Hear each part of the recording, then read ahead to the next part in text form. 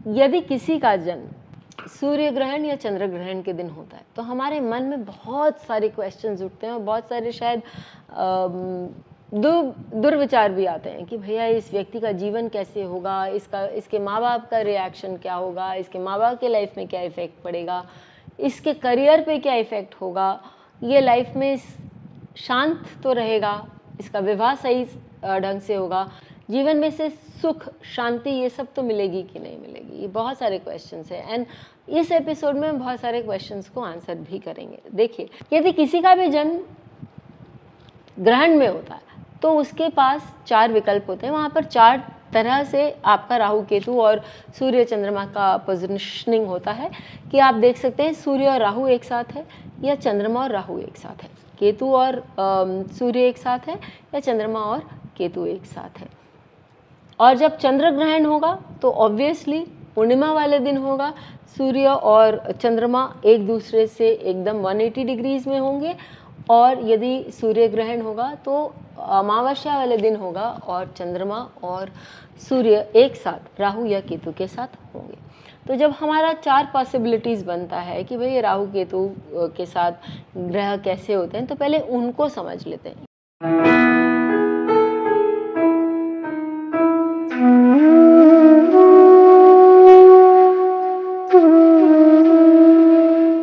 यदि राहु के साथ कोई भी ग्रह हो तो राहु उस ग्रह की क्वालिटीज़ को आगे बहुत फैलाता है। तो यदि सूर्य हो जो ईगो का को प्रदर्शन करता है हमारे आज स्पेशली कलिकाल में, तो वो राहु जो है उसको हमारे ईगो को बहुत बड़ा बना देता है। और यदि सूर्य बहुत स्ट्रांग हो तो हम मेगैलोमैनिया यानी मतलब हमारा ईगो ही सर्वस्व है, हमारे ईगो के आगे किसी की भी नहीं चलेगी, ऐसा व्यक्ति बना देता है। पावर हंग्री व्यक्ति बना देता है। आदमी जो है वो अपने पावर के आगे किसी को भी नहीं मानता, किसी को बढ़ने नहीं देता है। और यदि किसी की क्षति पहुंचानी हो, किसी को कोई प्रॉब्लम क्रिएट करना हो तो वो भी कर सकता है। अब यदि राहु और सूर्य बहुत स्ट्रांग पोजीशन में हो तो ये क्वालिटीज़ और बढ़ जाते हैं और आपका फिर ये विचार हो जाता है कि माई वे और द हाईवे। ऑब्वियसली यहाँ पर एक और डिस्क्लेमर देना चाहिए कि यदि बेनिफिक्स का इफेक्ट होगा तो ऑब्वियसली ये इतना स्ट्रांग नहीं होगा, लेकिन यदि मैलेफिक्स का यहाँ इफेक्ट आ गया तो ये आप इसकी स्ट्रेंथ को आप सोच भी नहीं सकते कितना बड़ा कर देता है। अब यदि राहु और चंद्रमा एक साथ हो तो ऐसी स्थिति में आप देखिए कि राहु जो आपके अगेन फैलाव का कारण है या आपके डर का कारण है, आपके फोबियाज का कारण है, और चंद्रमा जो आपके माइंड को बता रहा है, तो आपका जो दिमाग है ना हमेशा डर से ग्रसित होगा। हमेशा आपको किसी न किसी चीज़ के बारे में या तो डर लगेगा या आपके अंदर बहुत सारी प्रश्न होंगे जो कि सही दिशा वाले नहीं होंगे, जिसको लेके आप संतप्त रहेंगे, त्रास्त रहेंगे। और वो आपको ऐसी चीज़ें करने के लिए, ऐसी ऊटपटांग चीज़ें करने के लिए, या चंद्रमा है क्योंकि आप वो ऐसी चीज़ें सोच रहे हैं तो आप उनको बोल भी सकते हैं। ऐसी ऊटपटांग चीज़ें बोलने के लिए बाध्य कर सकता है जो कि व्यक्ति को जनरली नहीं करना चाहिए, जो एक आम व्यक्ति जनरली नहीं करता। और वो आपके जो फियर्स हैं उनके कारण आपको ऐसी बातें करने के लिए भी, कहने के लिए और करने के लिए भी बाध्य कर सकता है। इरैशनल डिसीजन, किसी को भी आप बोलेंगे तो ये सही डिसीजन है ही नहीं, लेकिन वो व्यक्ति मान रहा है कि उसने जो डिसाइड किया वो सही है। तो ये इरैशनल डिसीजंस भी व्यक्ति को लेने के लिए बाध्य कर सकते हैं। चलिए बात करते हैं केतु और सूर्य की। जब केतु और सूर्य एक साथ होते हैं तो ऐसे लोग जो होते हैं वो लाइफ में अपने प्रिंसिपल्स को लेके, अपने वजूद को लेके या अपने रिलीजन को लेके, अपने थॉट प्रोसेस को लेके, जो अपने अंदरूनी संकल्प हैं उनके या उनका जो बेस है, एथिक्स है, उनको लेके बहुत स्ट्रांग होंगे, उनको लेके बहुत फंडामेंटल होंगे। उनका वन डायरेक्शनल व्यू होगा वहाँ पर कि भाई मैं जो मानता हूँ, मेरी जो सोच है, मेरी जो मान्यता है, मेरा जो रिलीजन है या मेरे जो बेसिक एथिक्स है वही सही है और बाकी सही नहीं है। आपको केतु जो है ये बताता है कि unfinished business of the past. तो अपने इन एथिक्स को आप हो सकता है रीएस्टैब्लिश और रीलिव करने आए। चंद्रमा के साथ यदि केतु होता है तो वो आपका पूर्वाभास बढ़ा देता है और नेगेटिव डायरेक्शन में आप बहुत सोचते हैं और आप बहुत नेगेटिव भी सोच सकते हैं, जिसके कारण आपके डर बहुत हो सकते हैं, आप बहुत इरेशनल हो सकते हैं और आपके फियर्स आपको ओवर पावर कर सकते हैं। आपकी थॉट प्रोसेस जो है वो बहुत ज़्यादा है, आप किसी भी चीज़ में इतने डीप जा सकते हैं जहाँ की आपको जाने की आवश्यकता ही नहीं है। वो पास्ट लाइफ फोबियाज़ जो जिसको हम बोलेंगे कि आपके पुराने लाइफ के जो प्रॉब्लम्स हैं वो उनको उधेड़ उधेड़ के बाहर लाएंगे। तो ऐसी स्थिति में अब व्यक्ति क्या करे? हम चलिए 3 चार्ट के बारे में डिस्कस करते हैं। बहुत स्ट्रॉन्ग चार्ट्स हैं जो कि ये बताते हैं कि ग्रहण में यदि व्यक्ति का जन्म होता है तो उसको क्या करना चाहिए और क्या नहीं करना चाहिए। जो फर्स्ट चार्ट हम ले रहे हैं वो एक सोलर इक्लिप्स का चार्ट है और वो चार्ट है बेंजामिन नेतन्याहू का। बेंजामिन नेतन्याहू कौन है?